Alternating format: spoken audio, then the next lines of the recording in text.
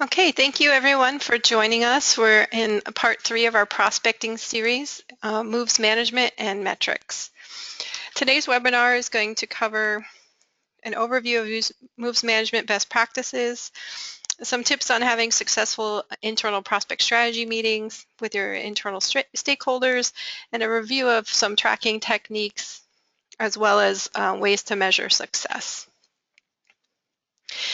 During the course of the webinar, if you have questions, you do have a question box, and please feel free to enter any questions you have along the way.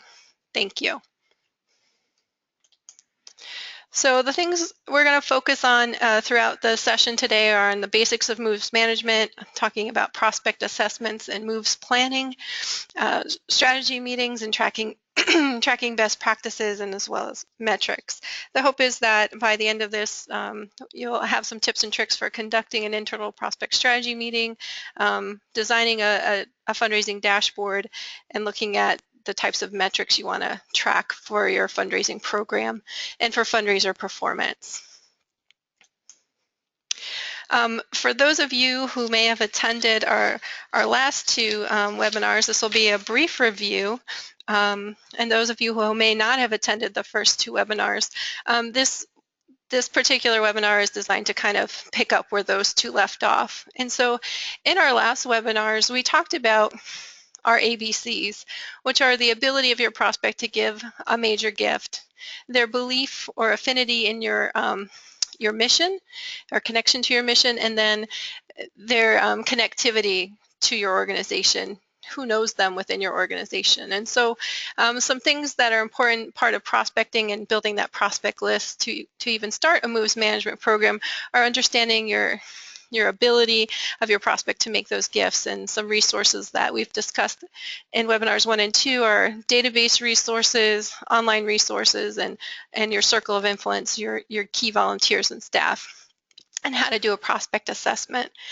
We also reviewed how to build your prospect lists and assess them using a prospect rating grid to kind of figure out who are your hot, warm, and cold prospects, or your A, B, and C prioritization prospects, how to use your peers, your key volunteers and staff to review prospect lists and give you feedback for if they know people, and then working on those beginning parts of prospect assessment. Those tools that are available on bgca.net are do-it-yourself prospect research guide, your prospect assessment form, prospect ratings grid, and your peer review template. All these things are important because once you kind of figure out those things about your prospect, you're ready to move into some of those next phases of moves management. So let's start by defining moves management. And I'm going to pull up a poll question for everyone. And I would like your thoughts on what is moves management.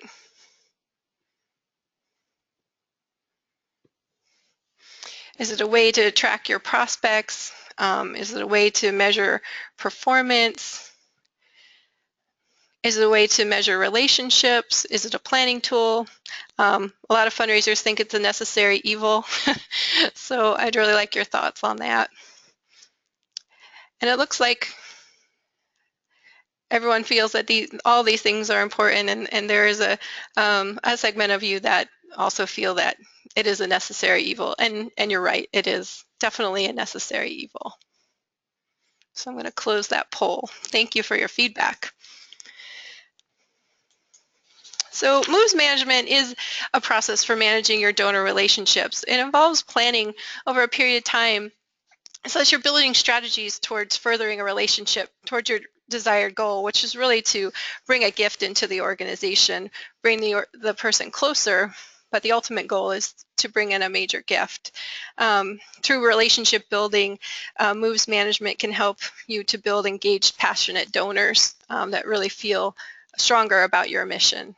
And that's really the intention of it, is to plan and build relationships in a more systemic way. I'm sure a lot of you have seen different moves management cycles. There's a lot of different ones, and they call the different stages different things. The most important thing to know about good moves management is that it is a continuum. It's continuous. It's usually broken out into a number of phases. Identification, what you've been doing in the first two webinars, and looking at, what are my potential prospects? Where can I find them? Your qualification, sometimes known as discovery, is conducting research and figuring out what is the capacity of my prospect and the inclination to be generous, and do I have connectivity? And in figuring out those things, you can move into that stronger relationship building of cultivation. Sometimes people call this the dating phase, when you're trying to work on your relationship and build it stronger. Solicitation, when you're getting ready to make that ask, that compelling request for support for your organization. Through this whole continuum, you're learning more things about your prospects to move them forward. This process in stage 5 is also sometimes referred to as negotiation. That's when you've made the ask and you're kind of waiting for feedback and kind of figuring out are you on target, and do you need to adjust your ask in order to get a yes.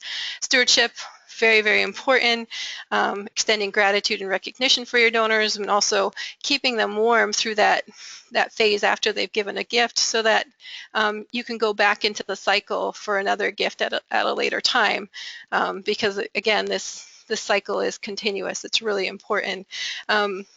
Each of these stages really support each other and can impact the other stages of a moves management cycle. For instance, when you're in the phase of solicitation, you're learning more information about how your prospect might want to be stewarded and how they want to be recognized. So you're always learning something new about the prospect that supports or impacts the other phases of that process.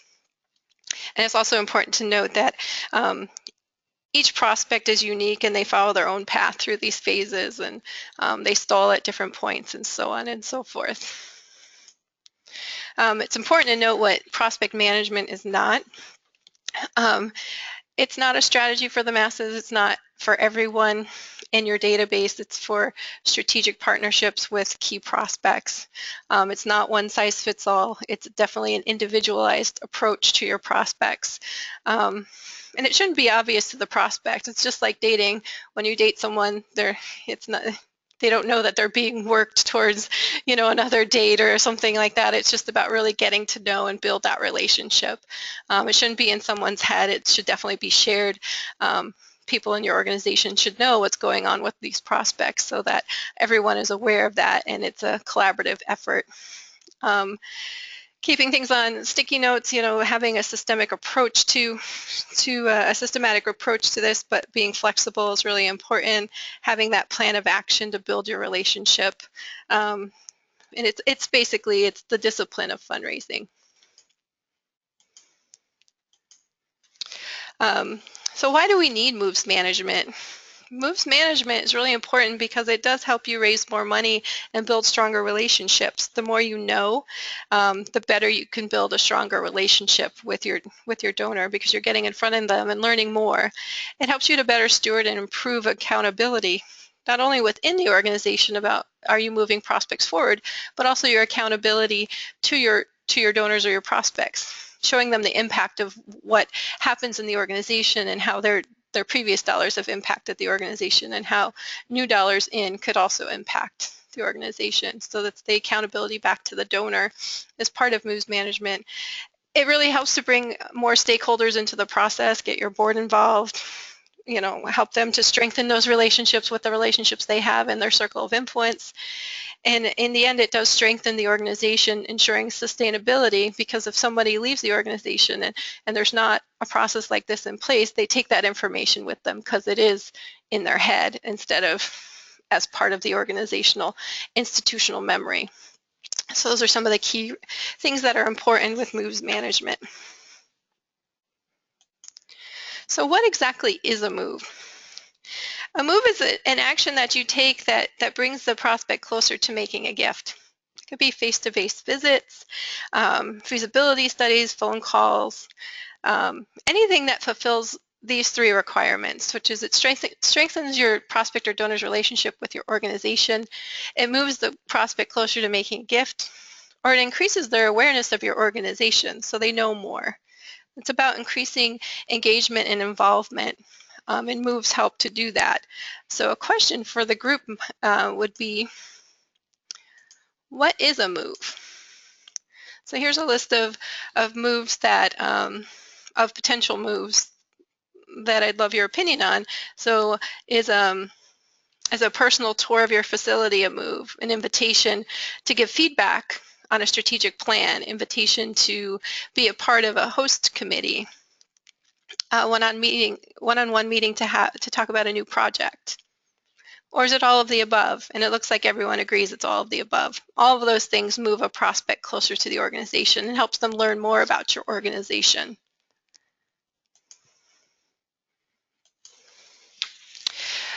This comes from Gall, and it's about a pre-move checklist. So when you're thinking about getting in front of a donor, whether it's a phone call or a face-to-face meeting, it's important to kind of go through a pre-move checklist.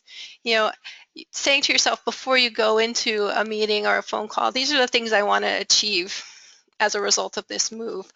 I want the prospect to feel something. So the prospect will feel, for instance, that they understand our mission better, that we're not a YMCA. The prospect will know, let's say, that our mission is more than a sports program, that it changes lives. So that may be something that you want to achieve. And at the end of it, I will know that the prospect wants to move forward, and is interested in doing more, maybe a tour of the club. So thinking about what you want to achieve before a move and kind of doing a pre-move checklist with yourself helps you to be more strategic in that move. So it's an important thing to kind of think about. And then a post-move checklist, this also comes from Gall, is, after each move, make sure you're asking yourself, was this successful? Did it bring me closer to asking for a gift? Did I learn something to help me secure that gift? Maybe what motivates my prospect? Maybe I found out something they really love about what we do. And as a result of this move or this meeting, what does it make sense to do next? What would be my next step? Is it, to bring them in for a club tour, or to introduce them to my CEO, or to introduce them to the board chair, whatever it might be that brings them closer. So these are important things to be thinking about as you're moving through moves and thinking about that sort of thing. So I'm going to go into assessment and moves planning now. And it's really about, what do I do with this information now that I know it? So if I've had a move, or I've learned more about my prospect, or I've already done a peer review and I've learned that my board members know this or that about somebody, and I've kind of gathered my intel a little bit more in that identification and qualification stages of moves management, what do I do with it? So one of the things that's important to do is evaluate the capacity of a prospect. So this is an example of a way to do that. So evaluating the capacity of Mary Jones. So things to think about when you're evaluating capacity are prior gifts to your organization, service on a committee or board. Do they have a close relationship with a staff member or volunteer to help with that relationship? Is there a spousal involvement? Do we know anything about their assets at this point in terms of business ownership, multiple properties, they work for a public company? These are things that you learn through that identification and qualification process. It's also things you learn through a well screening, doing your own prospect research, learning through those relationships you have internally and of people who know these people. And then prior gifts to other organizations. If you're thinking of somebody at a certain level, is there precedence through their giving to other organizations that a gift of this size might be possible? And so this is an evaluation of Mary Jones, where she's given a certain amount, a lower level. She's been involved a little bit. She's friends with one of our board members. The husband golfs through a company sponsorship. There's definitely some wealth indicators, and also possibly a challenge with 2 children in college. And then you can see that they're giving to other local organizations that are similar in terms of youth support. And the next thing you want to do with Mary Jones is really look at, is she ready? Is she ready to move forward? So it's important to ask yourself, why is Mary a prospect? What is your evaluation of Mary?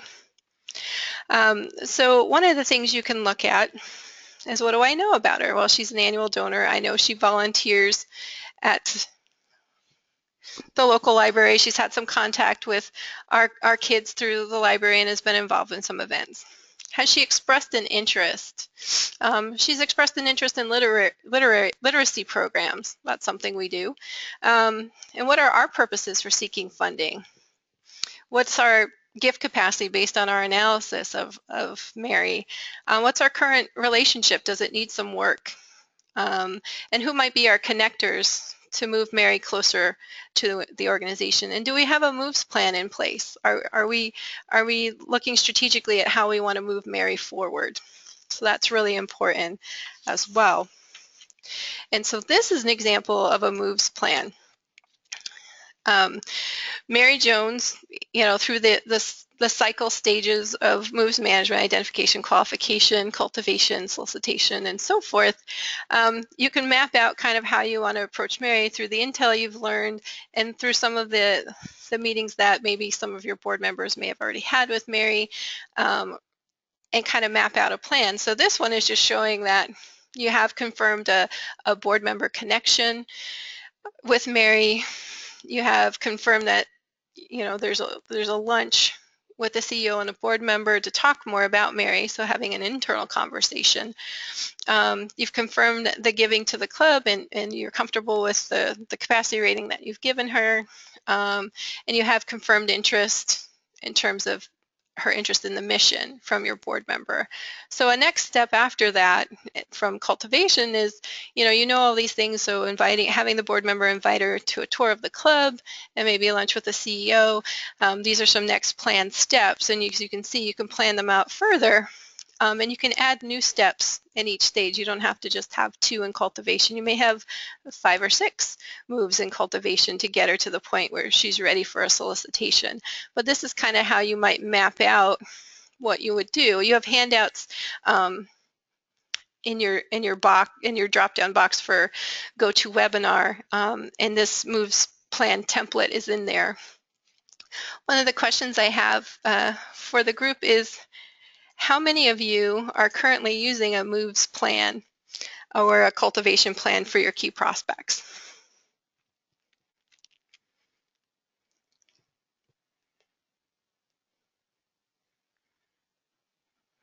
And it looks like we're split about 50-50, where some of you are using a plan and some of you are not. I think it's really important to use a plan. It helps you kind of figure out where you want to go, and it's important to adjust that plan along the way. So thank you for sharing that.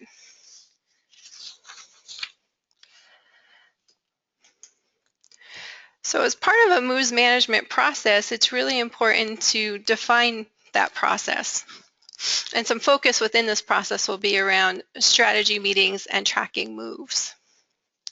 So part of designing and defining a process is really about evaluating your prospects, assessing where you're at, making those plans of how to move forward, and then making them actionable and moving forward with them. That's really key, because you can have all the best plans in the world, but if they're not actionable and you're not moving forward, then it's just a plan on a piece of paper. So it's really important to kind of define it and move forward with it. So this is a checklist for moves management that really kind of walks you through the steps. Any organization, a university, no matter what kind of organization that's running a moves management program, really looks at these key things. There's 10 things here that would be, if you were to build a moves management process, these would be the things to kind of pull out and see what would work best for you. But selecting a top list of prospects, maybe it's 10 to 25. It could be 5 to start with, depending on where you're at with your program. But doing that intel, that research on your prospects, what's their relationship, who's in their network, what might their capacity be, all those things that we talked about in evaluating capacity and readiness is really important. When you identify a key relationship with a board or staff member, that becomes really important, because that connectivity, if you remember our A, B, and C's, that connectivity is really crucial to that relationship. It helps you move that relationship forward. It's important to consult with that person with that connection about the prospect. What do they know? How can that help inform my strategy? It's really important to develop a strategy for each of those prospects with gift amounts or gift opportunities.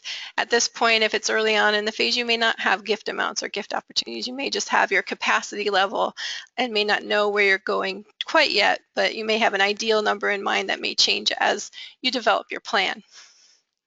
It's important to always be thinking about the next step. So planning out 5 to 10 moves, using a moves plan, whether it's a sample like the one I showed or one that you use at your local club.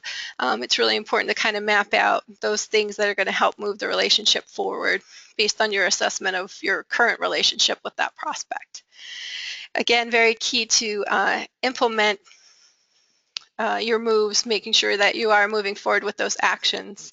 Another key thing is making sure you're reviewing the status of your prospects in internal strategy meetings, whether it's at a monthly level or a more regularly scheduled meeting. More regularly scheduled is good, but it depends on your workload and where you're at. But making sure that you're committing to meeting regularly is really key to moving prospects forward, because you're holding each other accountable to the things you've agreed to do with these prospects. Reevaluating those plans on at least a quarterly basis and adjusting your strategies as needed to make sure that you're moving forward with your goals and your plans with those prospects is really important, because things may change and you may need to look at them again. Reviewing your prospect pipeline at least once a year and moving new prospects in and old prospects out. If you can do it more frequently, that's great, but at least committing to once a year kind of looking at your prospect pipeline and saying, you know what, these prospects, I've had them on my list for a year and they're just not going to move forward. We don't have that relationship that we thought we had. And then moving those new ones in, making room for new prospects that have all those potential qualifiers that make a good prospect. And those things are really key. A question I have for the group is, do any of you currently have a moves management program or process in place at your club?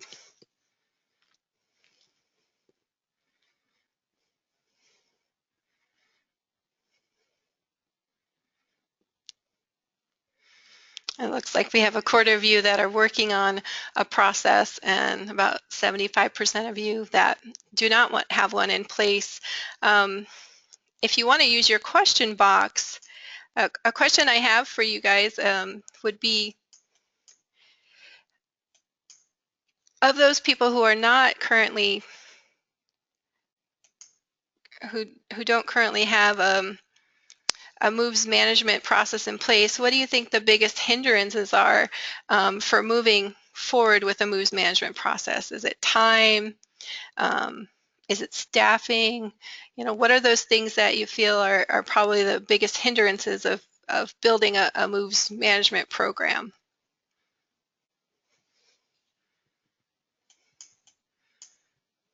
Let's see. Got systems and support, time, staff to manage, very tedious work, trying to get started. And yes, I'll definitely send the PowerPoint out after the webinar. Looks like time and staffing, and it is a commitment. It definitely, moves management is definitely a commitment. One of the things I would advise to the group is, you know, looking at this checklist, if you don't have a moves management system in place or a process, you know, picking out a few things from this list that you feel you could do now. You know, maybe it's, we're going to focus on 3 key prospects and kind of work through some of the things in this webinar, you know, evaluate the capacity and relationship to my organization and the readiness, and maybe start to plan out a few moves and get in the habit of doing that, because once you get in the habit of it, it starts to become part of what you do. It really is the discipline of fundraising, and it does take time. There's not a magic bullet, unfortunately, for this, but it is something that, as some of you have said, is a necessary evil to be strategic about your prospects and make sure that you're moving them forward.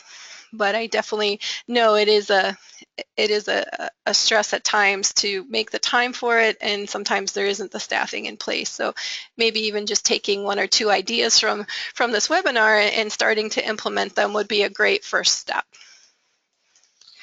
So here's an example of a relationship tracking tool. And you can do that even with 3 prospects. But some people can do this within their database. Some people have database challenges. And then some people may not have a database and will be working in Excel. And this is designed to kind of meet you at where you're at, but these are some key things to look at when you're tracking relationships from a list of prospects. It's really about, who are my prospects? How have I rated them?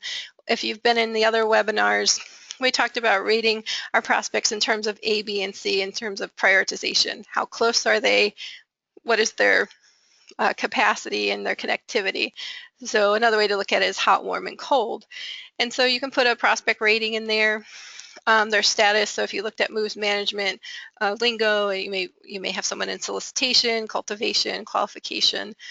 Some people you may already have figured out, I want to ask John Smith for $100,000. He's close to the organization. He's ready. I have connectivity with my board members. He's already given, and he's expressed an interest in the new teen center. So it's important to kind of have a fundraising team of a staff member and a board member paired together to go out and make that happen. It's important to kind of track what was my last action with my prospect and when did it happen, and what am I planning to do next? What's my next move to move my prospect forward? And this is a tool that you would use in a prospect strategy meeting for internal stakeholders, and I'll talk more about that in a little bit. Again, this is the moves plan. So if you didn't have a moves plan or a cultivation template, cultivation plan template, this is a simplified one where you can just kind of map out where you're at with a prospect and where you want to go and who you want to assign to some planned moves with a particular prospect. In your handouts, you have the template for this. So if you wanted to use it, you can download that template from the handouts.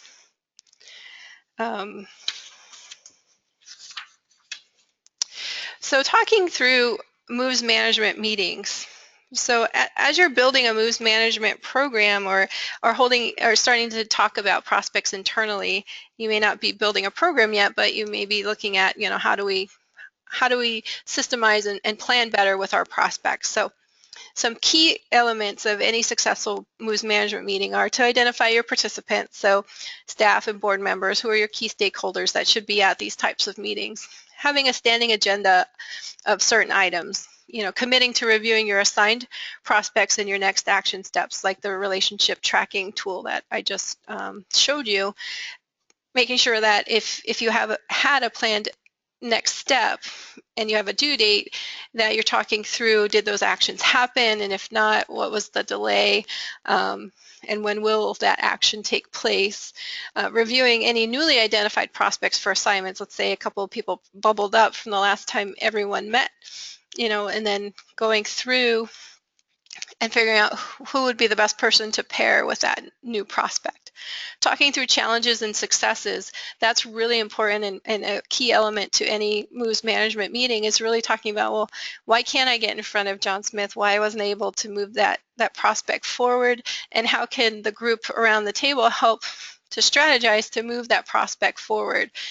Board member X may have stalled with that person, or the CEO or RD director, but someone else may know, oh, John's been out of town for the last 3 weeks. You can talk through kind of what's going on, and you may learn more information or get a new idea of how to move forward with a prospect. And then celebrating successes is really important, that we're moving forward, that, we made an ask and the person said yes, or, we moved a prospect from newly identified into cultivation, and they did go to that tour of the club, and the things are moving forward, and they're excited about a new program at the club, whatever it might be.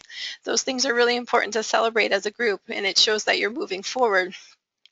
It's always important at the end of a moves management meeting to kind of recap what you talked about, what were the next steps that we all agreed to and who's assigned to them, and then setting a date for the next meeting before you leave. You should always commit to setting a date for your next meeting.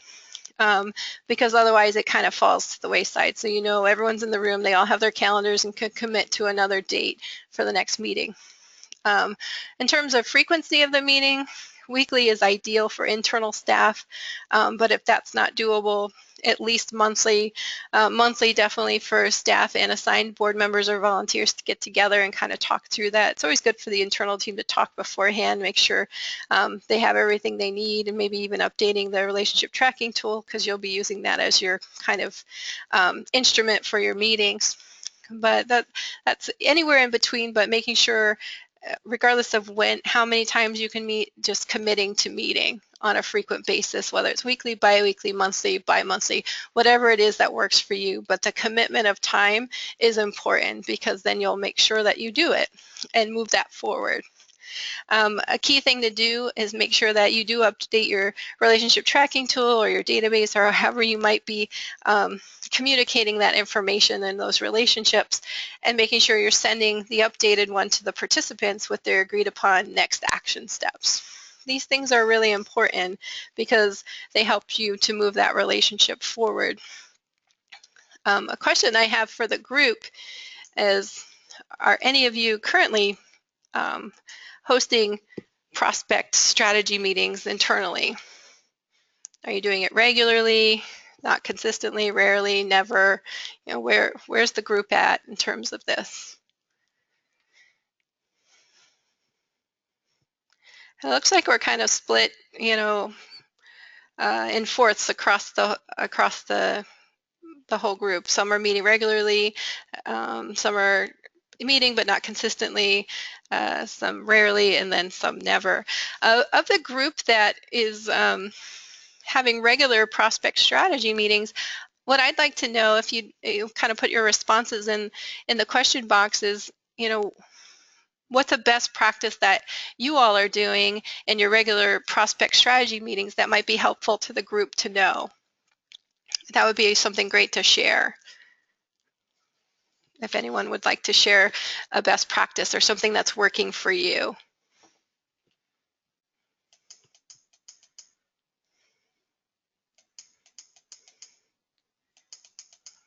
And I'm just looking through responses right now.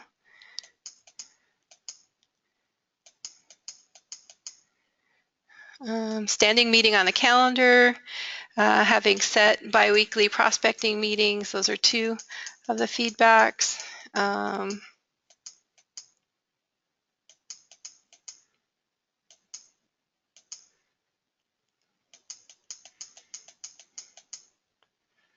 That's kind of where we're at with that. So, I mean, it's really about committing to meeting.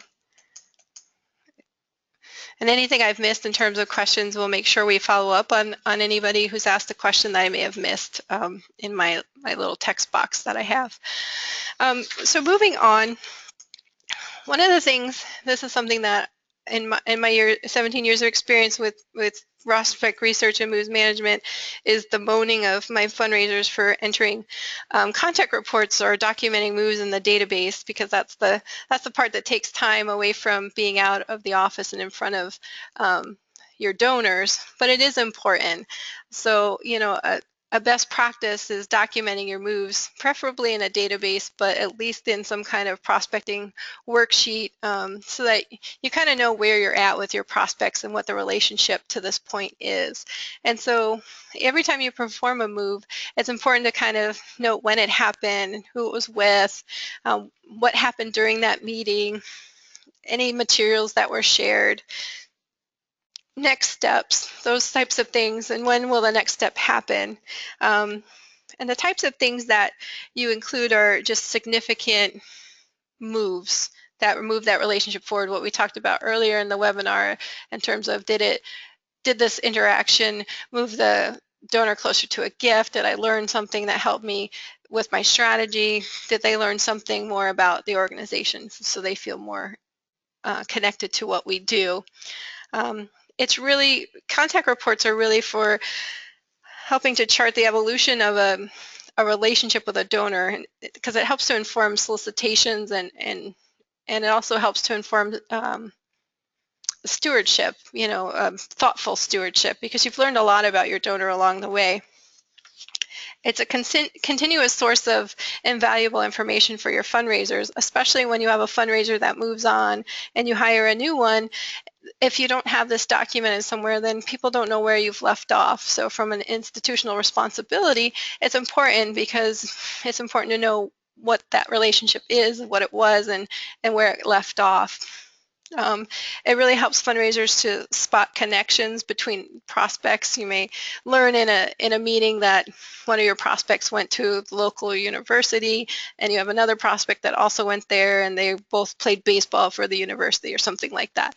So you may see some connections that you didn't realize you might have had, and it helps you to inform things like planning events. So you may learn that someone likes to play golf, or they like art, or whatever it might be. And so, strategically inviting them to a particular event that piques their interest is another way to use a move. So here's a quick checklist of when you should enter or document a contact with or move with a prospect.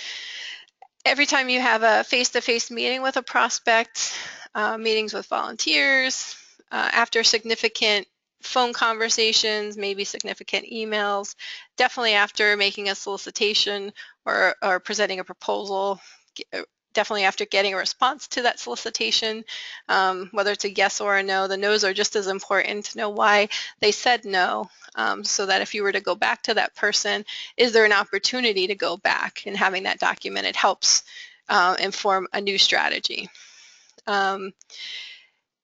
Making sure that you're documenting a next move and the date that you plan to make that move. And those things are really important. It's an industry best practice, but probably one of the hardest things for our fundraisers to get in the habit of doing, just because of the time commitment. But one thing I would encourage everyone to do is not be dependent on institutional memory to track and document relationships. It's really important to have that documented somewhere so that you have a depository of things that inform you about your relationships with prospects, so that you're leaving behind that legacy for the next person that comes along, to help the club keep going in terms of fundraising. So those things are really important. So the next thing I'm going to talk about is some significant metrics, things that are important to track. And so a question I have for the group is, do you guys currently track your progress towards your fundraising goals for the year?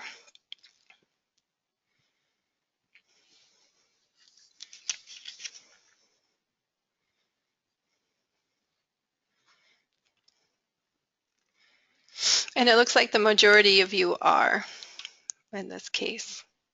So tracking your metrics and your fundraising goals are really important. There's the old saying, what gets measured gets done. This is an example of a significant metrics fundraising dashboard for tracking performance, and it has both program metrics and fundraiser metrics. So what I mean by program metrics are your dollars. So what are your revenue dollars and goals, and what is your progress to goal? Do you have a split out between major gifts, annual, planned giving, endowment, capital? However you might be doing that at your organization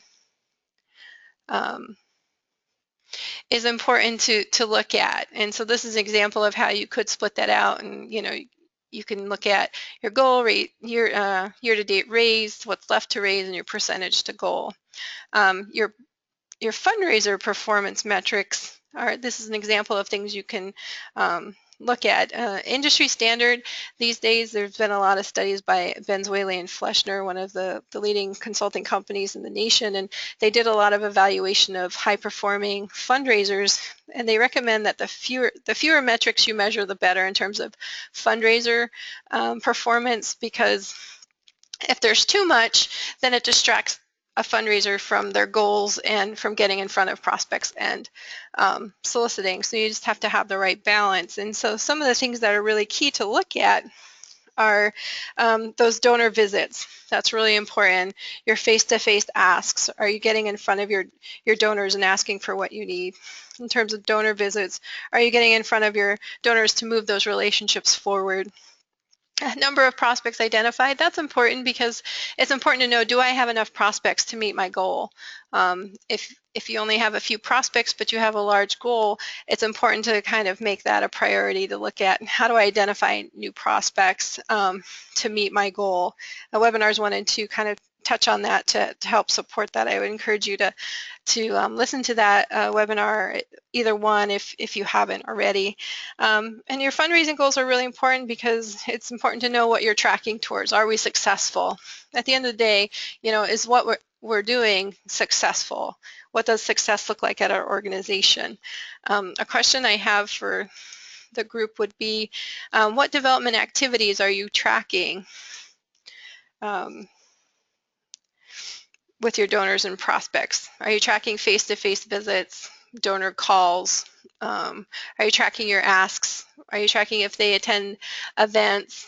Are you tracking potential board member or committee members? Are you identifying a pipeline? What are those key things that you're focused in on? And it looks like the group is tracking, the majority of the group is tracking face-to-face visits, prospect calls, proposals, event attendees, and about 50% of you are also tracking potential new board members. Those things are all really important. So thank you for sharing that. Some things from the field, and I'm going to open this up for discussion, but the old adage, what gets measured gets done, is really important.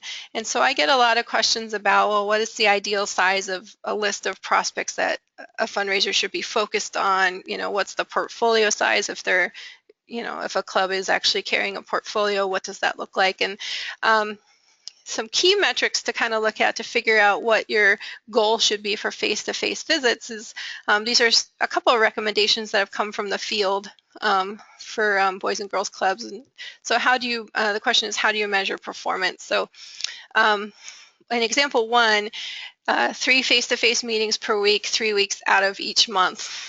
And the reason it's 3 weeks is that 4th week allows you to do that other stuff that always gets in the way of getting out the door. So if committing to 3 weeks, 3 visits per week, kind of frees up that time. And if you were to do the math on that, that would be 9 face-to-face visits per month and 108 per year. So that 108 would be your metric if you were to look at that performance tracking dashboard, your significant metrics, and you wanted to kind of figure out, what should my goal be? That would be one way to do that. In example 1 is to kind of map out how many per month and then how many per year, and that would be your fundraising metric for face-to-face visits.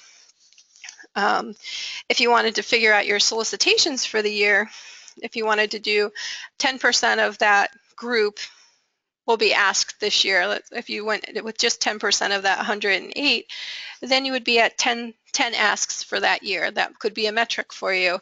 If you wanted to do the rule of fourths, that some organizations look at a rule of fourths. You have a fourth in identification, qualification, a fourth in cultivation, a fourth in solicitation, and then a fourth in stewardship.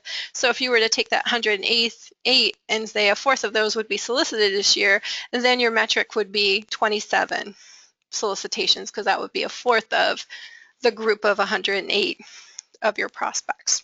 So that's just one way to look at it. The second one is a 5x5x3 method, where it's 5 fundraising phone calls per day. This is if it's a full-time fundraiser, so, and no other duty. So 5 calls per day, 5 face-to-face meetings per week, and 3 calls or reach outs to donors for advice. Donors like to give their advice. They like to know that you want their opinion on things. You may have a donor that's a marketing expert and you're working on something to do with marketing and you wanted to get their opinion on it, if you have that level of relationship. So, this is another way to look at it. You could also break down the numbers lower to meet your needs. But these were 2 examples that I received from the field in terms of how they approach their fundraising metrics, face-to-face visits, and how that might map out to a yearly benchmark or metric. So the question I have for the group is, what method are you using for your face-to-face visits? Are you looking at something like this in terms of a 3x3 or a 5x5? These things help you help each other when you share this kind of information. So I would love to hear your thoughts. If you want to put something in the question box and share that, that would be wonderful.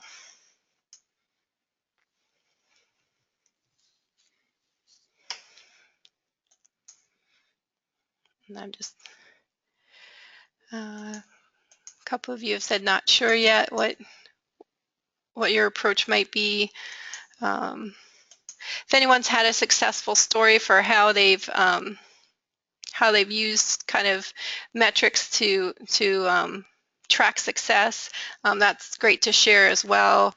Or another metric that you might be tracking that we haven't talked about that might be significant and helpful to the group, that would be great too. Some of you have shared that this hasn't been an intentional practice, but definitely want to move forward with something like this. Okay. Well, if you guys want to share, just please feel free to put that in the question box. I'll track it and share anything back to the participants. So just one final thought on prospecting overall for the group that kind of hits on all 3 webinars for this first part of the prospecting series, which is really about making sure you're building your prospect list, whether it's 5 prospects, 25 prospects, 100, whatever it might be for your organization, but build out your prospect list. Assess your prospects' ABCs, their ability, their belief, and their connectivity. Do they have the financial means? Do they care about what we do? And do we have a way to get in front of them? Those are really important things. Making sure of those people that you identify as your top prospects, that you're assigning them to somebody, a staff member and a board member, to kind of team up and move that relationship forward. Definitely develop a moves plan, even if it's 3 steps, 1 step, just starting to think about what moves do I want to do with this prospect. Make it manageable for you. It's not a one-size-fits-all system to use moves management, and prospects aren't one-size-fits-all. So, but be thinking about a moves plan. And track your movement with your assigned prospects. Use a tool like the relationship tracking tool. Use your database, whatever might work for you in your particular situation, but definitely track your forward momentum with your prospects. Definitely meet regularly, commit to that. Put it on your calendar and agree to do it. That's the only way you're ever going to get it done, is to make sure that you're committing to it, and at a regular basis, whatever works best for you. Always make sure you have a next planned step, because that keeps the momentum moving forward, and definitely measure your success so that you can track how you're doing and where you're at. And that's all I have for you all today. If you have any questions and would like to put them in the question box, that would be great. We still have a few minutes before we end our webinar, so I'm happy to take any questions or stay on for a couple more minutes and see if you all have any questions for me. Again, you have handouts in your handout drop down, and I'll make sure the PowerPoint gets to all of you after the session.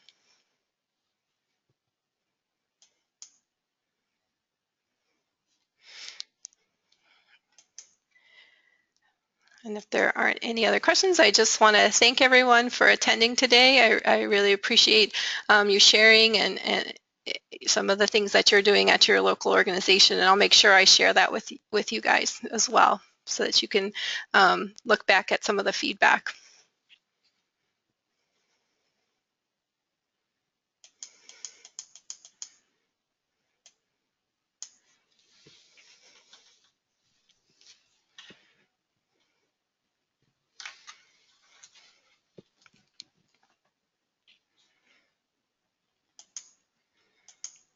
It doesn't look like anyone has any questions, so I'm going to thank everyone one final time, and I wish everyone a great day. Thank you so much.